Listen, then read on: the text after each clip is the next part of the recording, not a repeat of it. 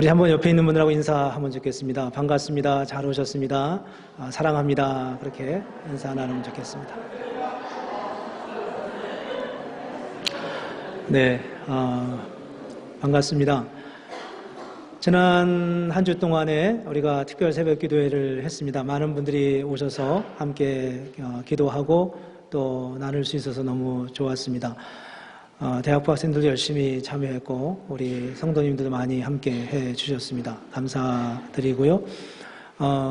그리고 이제 늘 형편이 어려워서 직장에 일찍 나가서 못 오시는 분들도 있고 그런 거로 알고 있는데, 그래서 새벽 기도 좀 일찍 해야 되나 그런 생각도 해봤습니다. 너무 일찍 하면 또 나오시기 어려울 것 같고요.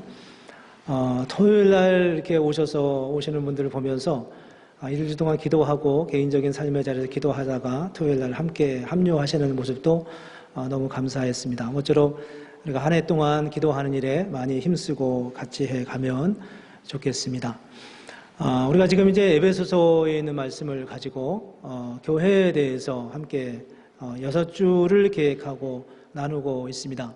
첫째 주의 제목은 교회는 그의 몸입니다 라고 하는 주제로 삼위일체 하나님의 모습 속에서 교회의 본질을 찾았습니다. 그분들이 서로 다른 존재이지만 함께 완전한 연합을 이루어 간 것처럼 교회도 그렇게 하나님을 닮아가는 하나님의 교회로 세워져 갑니다. 두 번째 제목은 교회 안에는 담이 없습니다 라고 하는 주제로 나누었습니다. 유대인과 이방인이 하나가 돼서 그들 사이에 대화도 안 하고 함께 밥도 안 먹고 문화도 틀리고 언어도 틀린 그들 안에서 그들 안에 완전한 연합, 한 교회 안에서 함께 유대인과 이방인이 함께 예배하는, 주인과 종이 함께 예배하는, 남자와 여자가 함께 예배하는 이런 하나님의 놀라운 복음의 역사가 교회 안에서 일어났습니다. 우리의 입장에서는 사실 그 정도가 어느 정도일지를 상상하기가 쉽지 않지만 이건 정말 혁명적이고 놀라운 일이 아닐 수 없습니다. 그리고 이제 세 번째 함께 나눈 것은 교회는 하나님과 함께 일합니다. 제목이 조금 덜 적절하지 않나 싶은 생각도 들긴 하는데, 이방인들이 어떻게 하나님의 역사에 참여하게 됐는지, 함께 지체가 되고 함께 상속자가 되고 함께 유업을 잇는 자가 되었다, 이제 이런 말씀을 통해서 하나님께서 우리에게 주시는 놀라운 은혜의 역사를 함께 나누었습니다. 이제 오늘 4장을 볼 차례인데요. 이제 4장을 조금 바꾸었습니다. 4장을 3번에 나누어서 함께 말씀을 전하고 이제 5장을 건너뛰려고 생각합니다. 4장 우리가 읽은 이제 첫 번째 부분 1절부터 16절까지에서는 이제 그런 하나님의 역사 1장부터 3장까지 보여주는 교회의 모습이 있지 않습니까? 하나님의 형상을 닮았다든지 이방인과 유대인 사이에 어떤 경계가 무너졌다든지, 또 이방인들이 어떻게 구체적으로 하나님의 역사 안에 포함되고 들어가게 됐는지, 이제 이런 거를 조금은 원론적이고 조금은 신학적이고 성경적인 면에서 어떤 그런 원리를 찾아갔다면, 이제 교회가 구체적으로 어떻게 그 하나님의 역사에 참여할 수 있느냐, 이런 부분에 초점을 맞추고 4장, 5장, 6장이 넘어갑니다. 그래서 이제 하나님이 우리에게 은혜를 주셨어요. 은혜를 주셨다는 건 거저 줬다는 것이고, 거저 줬다는 것은 우리가 어떤 일도 할 필요가 없이 그 은혜의 자리로 나아갔다는 뜻이거든요. 그런데 이제 이 말이 우리에게 좀 오해를 가져올 수 있어요. 어떤 오해냐 하면, 거저 줬다, 우리는 아무것도 할 필요가 없다 라고 말하니까 정말 이제 우리는 아무것도 안 하고 그냥 열중시하고 있으면 그냥 은혜가 쏟아지는가 보다, 이렇게 이해할 수 있어요. 근데 우선 이제 뭐가 필요하냐 하면 1장, 2장, 3장에 있는 말씀이 나왔는데 그 말씀을 먼저 이해하는 게 필요합니다. 이해하는 게 그게 뭘까? 그러면 성경을 우선 알아야 되겠죠. 그 말씀은 중요하지만 아무런 은혜로 받았다, 그러니까 어떤 것도 할 필요가 없다라는 말을 아무런 액션도 필요 없다, 아무것도 배울 필요도 없다, 그냥 가만히 있으면 된다, 이런 의미하고는 조금 다르죠. 제가 이제 처음에 성경을 배울 때 그런 오해를 한 적이 있었습니다. 그런 오해는 아닌 것 같고, 그래서 우리가 이제 그럼 어떻게 해야 되냐? 첫째는 교회가 뭔가를 우리가 알아야 되고 좀 더 구체적으로, 두 번째는 우리 개인의 심성이 어떠했는지를 알아야 됩니다. 이 성경이 이제 17절 이하에 보면은 굳어진 마음 이런 표현을 합니다. 마음의 굳어짐. 우리도 모르는 사이에 마음이 이렇게 굳어져 있어요. 그게 이제 죄 때문에 우리에게 온 심성이고, 뭐든지 긍정적인 것보다는 그 부정적으로 보려고 하는 기질이 우리 안에 있죠. 근데 그게 인간의 죄성 때문에 가져오는 건데, 바울은 이런 우리의 마음을 계속 이렇게 의식하고 밭을 일구듯이 그렇게 갈아엎어야 된다. 우리의 마음을 끊임없이 새롭게 하는 이런 말씀이 이제 두 번째 말씀입니다. 그래서 세 번째는 이제 교회 공동체 안에서 우리가 어떻게 하나님의 뜻을 따라 살아갈 것인지 이런 말씀을 이제 하고 있습니다. 오늘 첫 번째 말씀이니까 뒷 얘기는 다음에 또 나누도록 하고요. 교회가 뭐냐? 교회는 이 하나님이 주시는 그 큰 구원의 역사가 있는데, 그 역사 속에서 교회가 가지고 있는 그 역할은 뭐냐? 물론 이제 교회는 하나님께 예배하는 곳이죠. 예배하는 거고 하나님을 찬양하고 교제하고 나누는 곳이지만, 이런 교회론적인 그런 입장에서 봤을 때 교회가 감당하는 건 뭐냐? 교회는 성도를 훈련하는 것이다 라고 하는 게 오늘 1절부터 16절의 핵심 메시지라고 말할 수 있습니다. 근데 오늘 1절과 2절에 보면 바울이 이제 두 번째 후반부에 들어가면서 이렇게 설명합니다. 그러므로 주 안에서 갇힌 내가, 지금 바울이 로마 감옥에 있거든요. 로마 감옥에 있으면서 거기서 지금 감옥에 갇힌 지가 이때가 지금 최소한 세 번째나 네 번째가 돼요. 감옥이 아니라 바울은 감옥을 정말 내 집 드나들듯이 드나들었던 사람입니다. 이번에 이미 세 번째나 네 번째가 되는 상황에서 감옥 안에서 주 안에서 갇힌 내가 너희를 권하노니 너희가 부르심을 받은 일에 합당하게 행하여 모든 겸손과 온유로 하고 오래 참음으로 사랑 가운데서 서로 용납하라 라고 말씀하고 있습니다. 저는 이 말씀을 보면서 바울의 어떤 그 애정이 담겨있는, 애정과 마음을 느끼게 해주는 그런 느낌이 저기에 들어요. 하나님의 마음이 느껴집니다. 왜 그러냐 하면 이렇게 모든 겸손과 온유로 하고, 우리식으로 말하면 이런 거잖아요. 겸손해야 돼. 그리고 온유해야지. 마음을 부드럽게 가져. 그리고 좀 힘들어도 오래 참고, 뭐든지 사랑 가운데 뿌리를 내리고, 뭐든지 당신의 마음속에 사랑으로 내가 이걸 하고 있는지 아니면 인간적인 마음으로 하고 있는지를 늘 살펴봐. 이게 지금 복음의 후반부의 첫 번째 말씀입니다. 첫 번째 말씀. 여기서 이제 제가 바울의 그 애정과 마음이 담겨져 있다고 하는 것은 너무 저런 말을 다이렉트로 지금 들어오고 있다는 거예요. 서론의 어떤 설명이 없이 바로 저렇게 들어가는. 그래서 내가 너에게 말하는데, 그래서 내가 에베소 성도들에게 지금 말하고 있는데, 주 안에서 갇힌 내가 지금 감옥에 있지 않습니까? 내 감옥 안에서 힘들고 어려운 점이 없지 않지만, 그럼에도 불구하고 내가 여러분들에게 권면합니다 하면서 겸손하십시오, 온유하십시오, 오래 참으십시오, 무슨 일을 하든지 사랑으로 하십시오.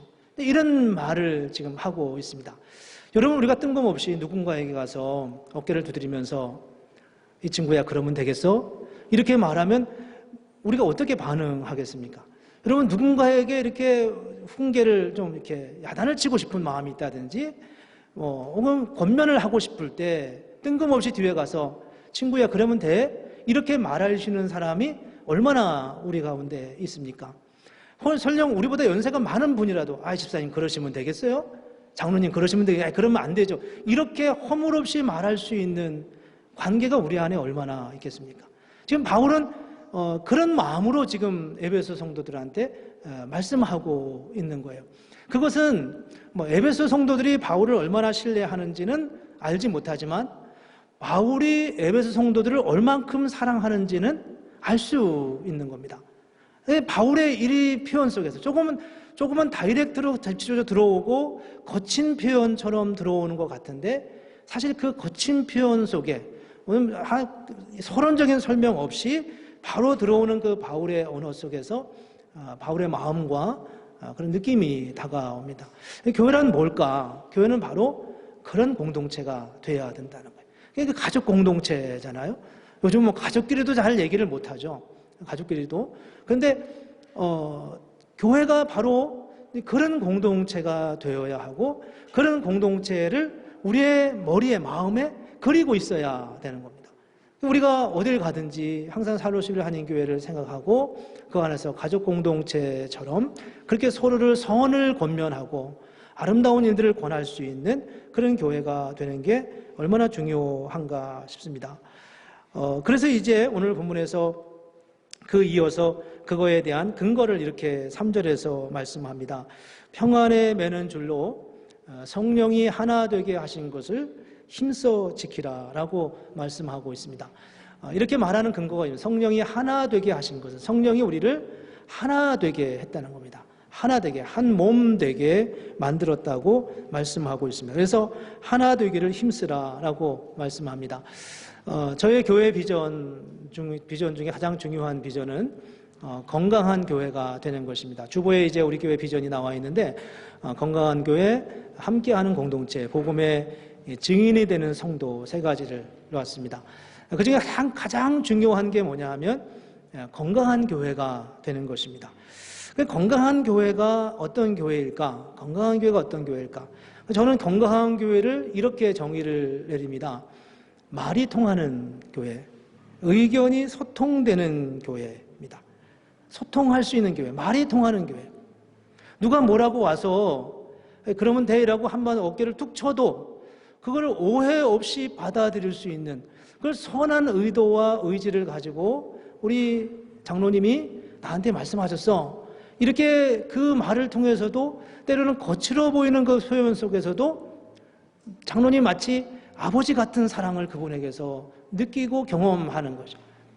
나이 어른 사람이 때로 나이 어르신한테 말씀해도 자식이 아버지한테 푸념하듯이 아빠 그러시면 되겠어요? 그런데 이렇게 허물없이 말하듯이 그렇게 느낄 수 있는 그게 소통 아니겠습니까? 선한 의미로 잘 했는데도 단어 한마디에서 오해가 만들어지는 그런 교회는 참 안타깝고 어려운 모습 아니겠습니까?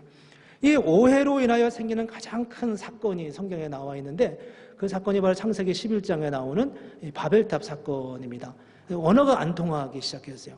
높은 탑을 쌓으려고 시작을 했는데 그 속에 말이 안 통하자 그들이 뭐 물을 가져오라면은 뭐 벽돌을 가져 올리고 벽돌을 올리라면은 뭐 이상한 도구를 가져 올리고 이러면서 이제 탑을 더 이상 지을 수 없는 언어가 소통되지 않는 상황이 벌어졌어요.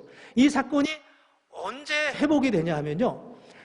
사도행전 2장에 가면은 성령 강림 사건이 있는데 그때 15개 이상의 지역에서 사람들이 몰려들었어요. 예루살렘에. 그리고 그곳에서 사람들이 120명의 성도들이 하나님 앞에 기도하면서 성령을 받았는데 이때 베드로가 설교하자 적어도 15개 지역 이상에서 몰려든 사람들이 자기 나라 말로 그 설교를 들었다 이렇게 사도행전 2장에서 말씀하고 있어요. 언어가 소통되는 역사입니다. 이걸 뭐 물론 특별한 사건으로 하나님이 행하신 특별한 사건, 물론 특별한 사건입니다. 근데 하나님이 함께 하실 때 하나님의 교회에 복을 주실 때 그 안에서 나타나는 가장 중요한 사건이 뭐냐 하면 말이 통하는 거예요. 말이 통한다는 것은 마음이 통하는 거잖아요. 설령 잘못 표현을 했을 때라도 그 사람의 의도와 마음을 깨달으면서 그거는 선한 의지와 의도를 생각하면서 오해 없이 함께 갈 수 있는 교회가 바로 하나님의 교회의 모습이라는 거예요. 그러면서 이제 바울이 4절부터 6절까지 여러 가지 교회의 요소들을 이제 언급하면서 이것도 하나고 저것도 하나고 뭐 이것도 하나 이런 얘기를 합니다. 몸이 하나요 성령도 한 분이시니 이와 같이 너희가 부르심의 한 소망 안에서 부르심을 받았느니라. 주도 한 분이시오 믿음도 하나요 세례도 하나요 하나님도 한 분이시니 곧 만유의 아버지시라. 만유 위에 계시고 만유를 통일하시고 만유 가운데 계시도다. 어떻게 보면 바울이 저렇게까지 할 필요가 있나 이런 생각이 들어요. 근데 저기서 바울의 마음을 느껴지는 거예요. 정말 교회는 하나야. 정말 교회는 하나야. 우리가 믿는 하나님도 한 분이고 우리의 그리스도의 몸된 교회도 하나이고 성령도 하나이고 우리의 소망도 우리의 부르심도 하나이고 믿음도 하나이고 세례도 하나이고. 침례교에서 오신 분들한테 조금 신뢰가 될런지 모르겠는데 우리가 이제 침례교는 세례를 침례라고 말하잖아요. 요즘 이제 침례라고 쓴 교회 이게 성경도 있어요. 침례와 세례가 뭐 이렇게 다를까 싶은 생각이 들어요. 우리 안에 하나됨이 얼마나 중요한지 몰라요. 부르심의 한 소망 안에서 부르심을 받았느니라. 같은 비전과 같은 소망을 가지고 형제와 자매가 되어서 그렇게 같은 목표를 향해서 나아가는 거예요. 우리는 조금 한두 마디만 해보고 궁극적으로 30분만 얘기해보면 우리의 소망이 동일하다는 것을 깨닫게 되는 거죠. 그게 교회의 모습이라는 거예요. 우리가 서로 다른 것 같지만, 다른 백그라운드를 가지고 있는 것 같지만 몇 마디만 해보면 우리 안에 동일한 마음이 있음을 알게 되는 거죠. 그게 바로 교회의 모습이라는 겁니다. 믿음도 하나입니다. 믿음도 하나예요. 장로교회의 믿음이 따로 있고 감리교회의 믿음이 따로 있고 침례교회의 믿음이 따로 있는 게 아니라는 거예요. 우리는 본질적으로 같은 믿음을 향하여 나아가는 겁니다. 하물며 하나님도 한 분이라고 말씀했습니다. 저는 뭐 이렇게 말씀하잖아요. 만유에 계시고 만유에 계시고 만유를 다스린다 그런 의미죠. 만유를 통일하시고 만물을 당신의 역사 안에서 하나의 질서로 이렇게 만들어 가시는 것입니다. 만유 가운데 계신다. 그분이 하나님이심에도 불구하고 우리가 살고 있는 시대 안에 들어오셔서 우리와 함께 호흡하고 우리와 함께 삶의 힘들고 어려운 삶의 상황들을 함께 나누어 가시는 하나님의 모습, 그분의 임재하시는 모습입니다. 임마누엘 하신 하나님이죠. 우리의 삶의 자리에 구체적으로 들어오셔서 우리의 삶 가운데 함께 하시는 하나님의 역사입니다. 그렇게 하나님의 의도를 말씀하고 있어요. 그리고 그 하나님께서 7절 이하에 보면은 우리에게 뭐라고 말씀하냐면 선물을 주셨다라고. 7절부터 10절은 좀 어려운데 제가 뭐 굳이 설명을 자세히 못 드리지만 우리에게 선물을 주셨다. 우리의 은사를 주셨다는 거예요. 모든 사람들에게 다 각자 잘할 수 있는 걸 주셨습니다. 그래서 그것을 가지고 하나님의 교회를 세워가고 가정을 세우고 직장에서 일을 하고 이렇게 해 가도록 우리를 세우셨다는 거예요. 우리는 이제 그렇게 생각하지 않을 때가 참 많잖아요. 저도 개인적으로 그런 생각이 많은, 나는 왜 목사가 됐을까? 죄송해요, 이런 얘기해서 제 마음속에 그런 질문을 던질 때가 참 많이 있어요. 이게 하면 할수록 더 그래, 하나님 나를 이렇게 부르셨구나 이렇게 생각해야 되는데 갈수록 하나님이 정말 나를 목사를 불러 제가 제대로 왔나? 이런 생각을 할 때가 제 속에 사실 있을 때가 많습니다. 뭐 노래를 잘하는 것도 아니고요. 뭐 여러 가지면 제가 다 언급하진 않을게요. 몰랐던 걸 아시게 될까봐 제가 굳이 얘기를 안 할 것 같아요. 제가 생각하는 저의 한계는 굉장히 많이 있습니다. 정말 하나님이 나를 목회자로 부르셨는가? 이런 질문을 할 때가 참 많이 있어요. 근데 이런 생각을 하는 저의 마음속에 하나님이 어떨 때 얼마 전에 저한테 이런 메시지를 주셨어요. 아니야, 괜찮아. 이렇게 말씀하셨어요. 어느 분의 카톡을 통해서 제가 그런 메시지를 나눴어요. 제가 이거를 나눌까 말까 한참 고민을 했는데 그냥 저의 고백입니다. 제가 얼마나 그렇게 저가 은사를 충분한 하나님이 받지 않았다고 생각하면 하나님이 저한테 이런 메시지를 주셨을까, 그런 마음으로 들으시면 좋겠습니다. 어느 목사님이 저한테 이런 카톡을 보냈어요. 제가 무슨 얘기를 했으니까 이런 카톡을 보냈겠죠. 오늘 우리 교회 부교역자들이 우리 집에 모였는데 우리 노예에서 가장 목회자답고 존경스러운 분이 주병렬 목사님이라고 이구동성으로 말씀하시네요. 귀한 일이네요. 이렇게 제가 카톡을 받았어요. 제가 교회에서 좀 힘들어해도 밖에 나가면 이런 소리를 듣고서 목회를 합니다. 격려가 됐습니다. 격려가 됐어요. 굉장히 격려가 됐습니다. 힘이 났어요. 목사가 목사답기가 쉽지 않은데 또 목사가 교회에서는 목사인 것처럼 하고 또 그래야 되지만 교회를 떠나는 순간 목사도 마치 군인들이 군복 벗고 나가면 해이해지는 것처럼 목사도 그럴 수 있는 여지가 있어요. 항상. 근데 제가 이런 메시지를 밖에서 받으니까, 이렇게 해석을 하고 나니까 제 마음에 위로가 되었습니다. 하나님은 이런 은사를 우리에게 다 주셨다는 거예요. 마태복음 25장에 보면 달란트 비유 있잖아요. 누가복음 19장에 보면 문화 비유가 나옵니다. 그 작은 문화, 적은 달란트를 받았어도 그것을 가지고 열심히 하나님의 영광을 위해 살면서 하나님의 은혜의 자리로 나아갈 때 하나님께서 저와 여러분 가운데 그 일들을 풍성하게 하신다고 하는 약속의 말씀이 바로 여기에 나와 있습니다. 그래서 에베소 1장 23절에 보면 이렇게 말씀했어요. 교회는 그의 몸이니 만물 안에서 만물을 충만하게 하시는 이의 충만입니다.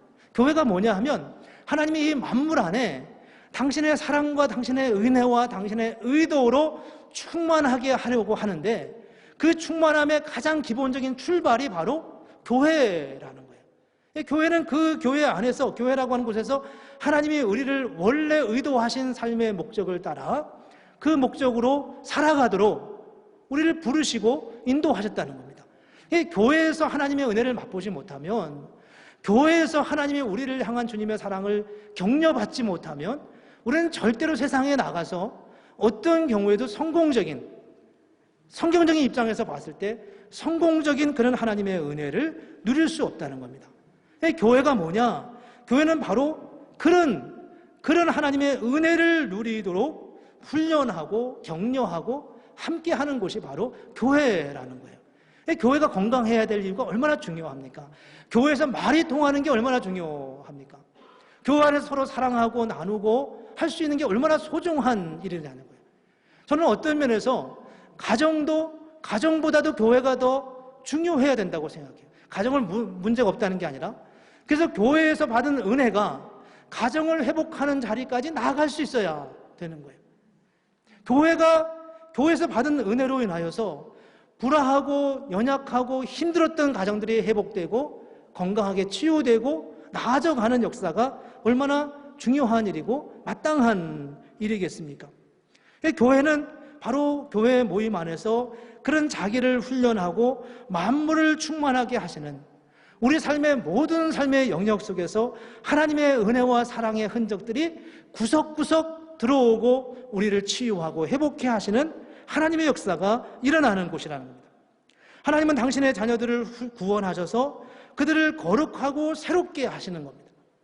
하나님은 그냥 우리를 구원하셔서 죽은 다음에 천국에 갈 거니까 여기서 고생해도 좀 참아, 이런 게 교회가 아니라, 그걸 그런 의미에서의 인내를 훈련하는 게 교회가 아니라, 실제로 이 교회 안에서 우리가 현재적으로 겪고 있는 마음에 상처가 있는 사람들에게 상처를 고쳐주시고, 고치기 힘든 나쁜 습관이 있는 사람들에게 그 습관을 고치고 하나님의 선한 일들에 참여할 수 있도록 우리를 만들어 가시는 겁니다. 바른 비전과 목표의식이 없는 사람들은 하나님의 시선으로 자기 인생을 보는 훈련을 시켜감으로써 우리로 하여금 하나님이 주시는 은혜의 자리로 나아가게 하시는 거죠. 인간관계의 어려움을 겪는 사람도 있지 않습니까? 언어가 자기도 모르게 거칠어져서 다른 사람에게 원치 않는 상처를 자주 주게 되는 사람도 있을 수 있습니다. 남의 말을 잘해서 의도치 않게 오해를 갖는 경우도 있습니다. 이건 다 우리가 가지고 있는 형편이에요. 누가 그런 게 아니라 우리 모두가 다 그런 위험과 허물과 연약함에 노출되어 있었습니다. 우리가 다 그렇게 모였습니다. A라는 사람은 이런 게 약하고 B라는 사람은 저런 점이 약하고 C는 다 잘하는데 뭐가 부족하고 이런 게 우리에게 다 있잖아요. 이 모든 일들이 교회 안에서 진정한 회복과 은혜를 통해서 새로워지고 건강해지고, 그래서 예수를 믿은 지 5년이 지나고 10년이 지나고 20년이 지나면서 우리의 삶의 기초가, 우리의 삶의 은혜가 더 풍성해져가는 하나님의 은혜를 누리게 하신다는 겁니다. 이를 위해서 하나님께서 교회에 세우신 직분이 있는데 4장 11절과 12절에 11절 12절에 보면은 사도와 선지자와 복음 전하는 자와 또 목사와 교사를 세웠다, 그렇게 말씀합니다.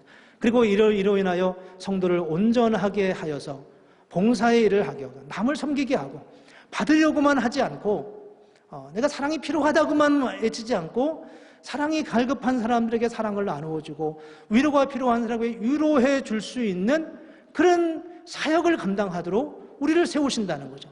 그래서 그리스도의 몸을 세우는, 그리스도의 몸된 교회를 온전하게 세워가는 그런 일들을 이루어 간다고 말씀하고 있습니다. 그것이 바로 교회가 존재하는 이유라는 거예요. 교회가 존재하는 중요한 이유는 5가지인데 첫 번째는 예배하는 것이고요. 두 번째는 교제하는 것이고요. 세 번째가 바로 훈련하는 것입니다. 훈련. 우리 예수를 믿으면서 그 안에서 서로를 격려하고 위로하면서 이 안에서 다듬어지고 또 건강해지고 또 더 힘이 써져 가는 그런 하나님의 은혜를 기대하십니다. 그게 바로 교회의 모습이라고 말씀하고 있습니다. 13절에 보면 이런 말씀이 있습니다. 믿는 것과 아는 일에 하나가 되어. 어떻게 우리가 훈련을 받아야 되겠어요? 믿는 것과 아는 일에 하나가 돼요. 믿음 따로 행하는 것 따로 그렇게 되지 않고요. 교회에서는 믿는 것 같은데 교회 밖에 나가면 전혀 믿지 않는 사람처럼 돌변하는 모습이 아니라 우리의 삶 가운데 늘 일관성을 가지고 하나님의 은혜 안에 살아가는 그런 모습입니다. 평소에는 서로 사랑하는 것 같은데 이해관계가 얽히면 얼굴이 붉어지는 우리의 연약한 모습들, 항상 일관성과 동일한 모습을 가지고 온전한 성도로 세워져 가는 것은 끝없는 훈련과 은혜의 과정 속에서 일어나는 하나님의 역사입니다. 예수를 믿어도 인격이 변하지 않는다면 그건 정말 안타까운 일이에요. 우리의 믿음의 근본을 다시 찾아봐야 돼요. 옛날에 예수 믿는 분들이 우리의 선배들이 교회 안에서 이런 말들이 이렇게 많이 자주 언급된 적이 있습니다. 예수를 믿어도 성격은 잘 안 변한다고요. 예수를 믿어도 성격은 잘 안 변한다고. 근데 성격이 변해야 진짜입니다. 저 사람 전혀 옛날에 안 그랬던 사람인데 바뀌었어. 이런 소리를 한 번씩은 들어보셔야 돼요. 들어보셨나요? 네. 들어보셔요. 그 말을 우리가 들어야 내가 정말 예수 믿는 사람으로서의 삶의 모습입니다.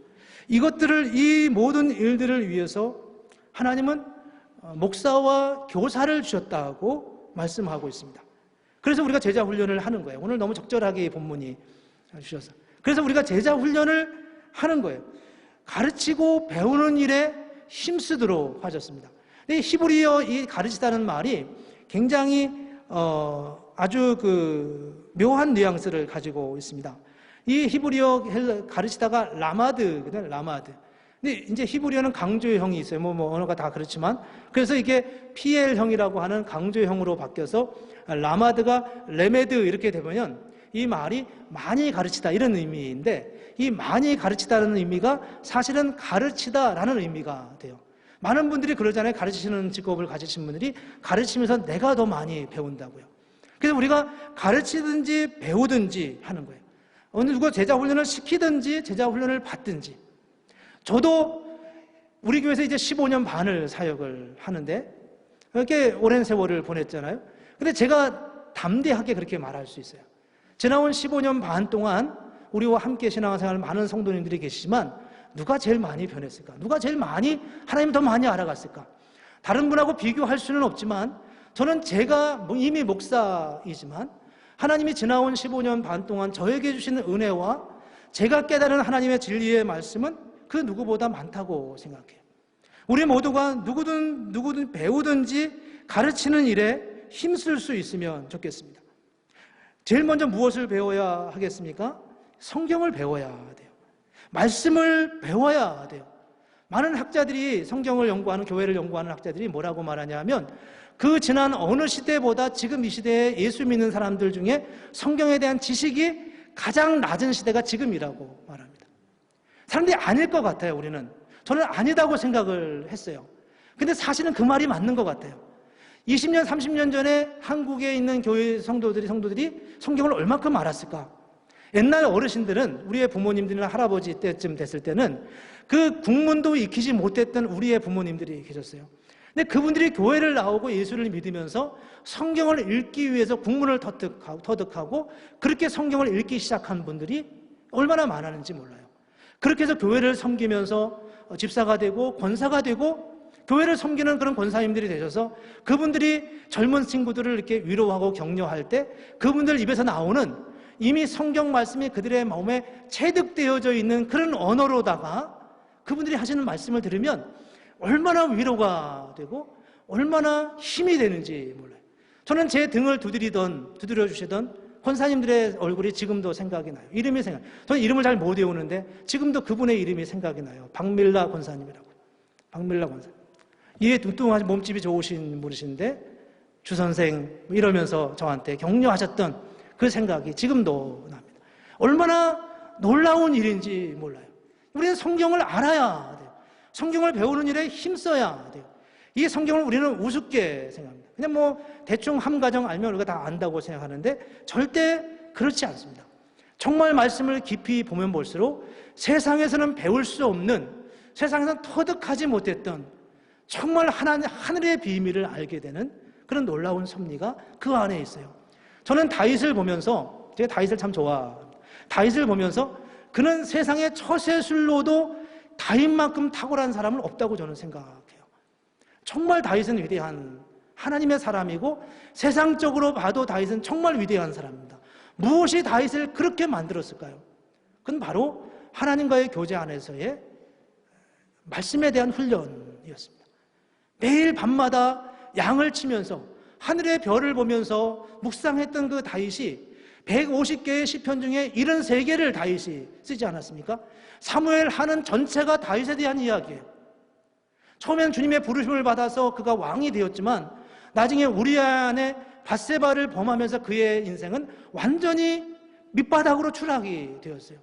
그리고 그 가운데서 자기 이복 자녀들, 이복 아들과 다른 부인들을 통해 낳은 아들과 딸들이 서로 이렇게 뭐라고 하나요? 이렇게 겁탈을 해가지고 가정에 아픔이 왔고, 압살롬이라고 하는 아들이 뛰어나고 똑똑하고 머리에 기름기가 줄줄 흐르고 그처럼 아름다운 사람이 없었다고 말할 만큼 그렇게 지혜와 총명이 있는 아들이었는데 그 아들이 아버지를 향하여 칼을 들고 쫓아오는, 아버지의 왕위를 빼앗겠다고 하는 그런 아주 힘들고 어려운 상황에 놓여 있었는데 그 상황에서 다윗이 대처하는 모습은 정말 감동하기 이를 때였습니다.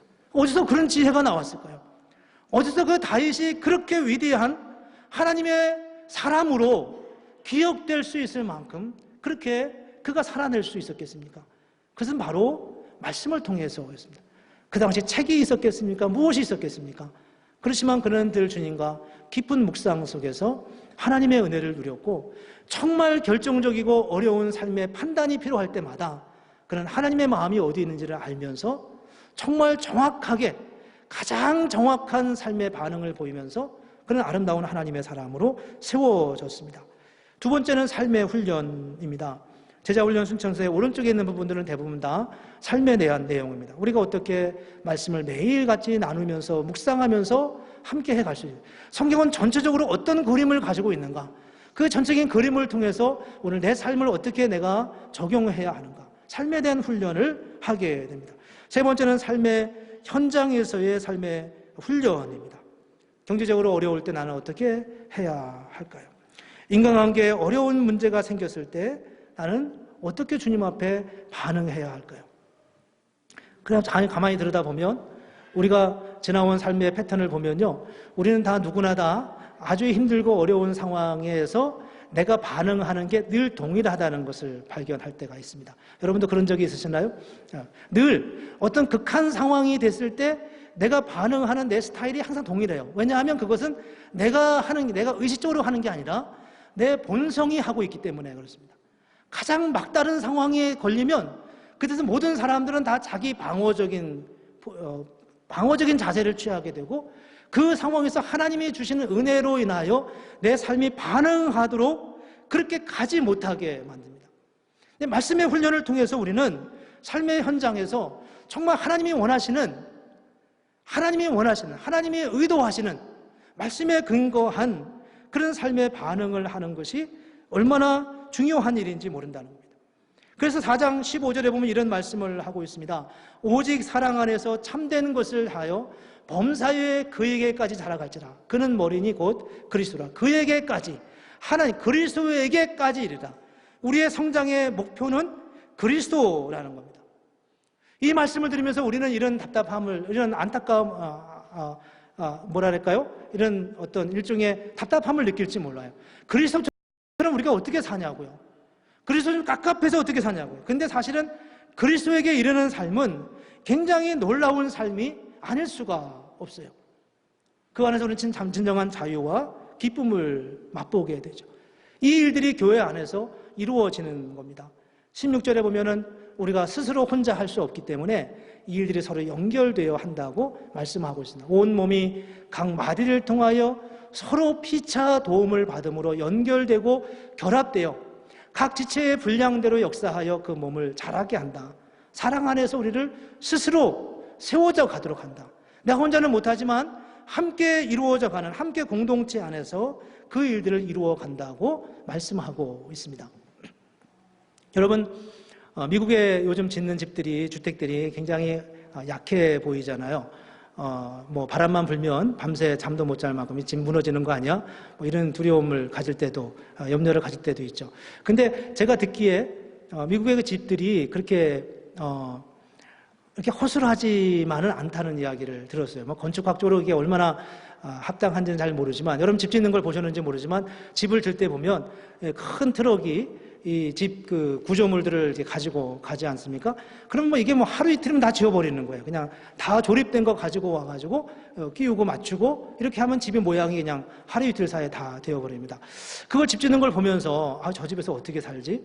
저는 이런 생각이 마치 장난감 꽂아 놓듯이요.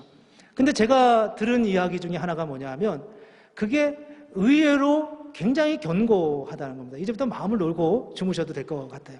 마음을 놓고. 왜 그러냐면 이게 세트로 다 가지고 와가지고 서로 연결을 해놨기 때문에 이게 피차 지지해주는 힘이 굉장히 크다는 거예요. 물론 무너지면 한꺼번에 무너질 수도 있겠지만 이게 서로 붙들고 있기 때문에 그로 인하여 오는 힘이 굉장히 크다. 그래서 생각보다 견고하다고 하는 말을 들어봤습니다. 우리나라는 다 시멘트로 다 이렇게 짓지만 그렇지 않다는 거예요. 나무로 짓고 그래서 허술해 보이지만 그렇다. 저는 여기에 성경적 원리가 있다고 생각해요. 교회가 얼마나 약합니까, 사실은. 교회가 무슨 리더십을 어떻게 여기서 교회가 있으며 교회가 이 시대 속에서 세상의 이 문화와 이 문명의 발전 앞에서 그저 어떻게 보면 허겁지겁 따라가는 것 같아요. 교회만큼 약한 공동체가 어디 있습니까? 그런데 돌아보면 교회만큼 견고한 힘도 없다는 거예요. 어떻게? 바로 예수 그리스도가 우리의 주인이시고 교회 안에서 함께 같은 믿음 안에서 서로를 격려하고 붙들어주고 함께 세워가는 그 과정 속에서 하나님께서 교회를 이렇게 세우신다고 말씀하고 있습니다. 교회는 바로 이런 공동체 안에서 진정한 하나됨을 통해 이루어져 가는 것입니다. 우리가 제자훈련도 받고 또 함께 서로 위해 격려하고 또 구역과 각 부서 안에서 서로를 격려하고 세워져 가고 허물 없이 우리가 서로 권면할 수 있는 그런 교회가 되어서 우리 개개인이 그 안에서 정말 건강하게 자라가는 그런 은혜가 있었으면 좋겠습니다. 그런 은혜를 우리가 소망하고 또 그 일에 우리가 함께 동참하고 또 내가 어떻게 우리 교회를 위해서 함께 참여할 것인가 생각하면서 주의 은혜를 더 풍성하게 누리기를 주님의 이름으로 축복합니다. 네, 우리 같이 기도하겠습니다. 이 시간 우리 교회를 위해서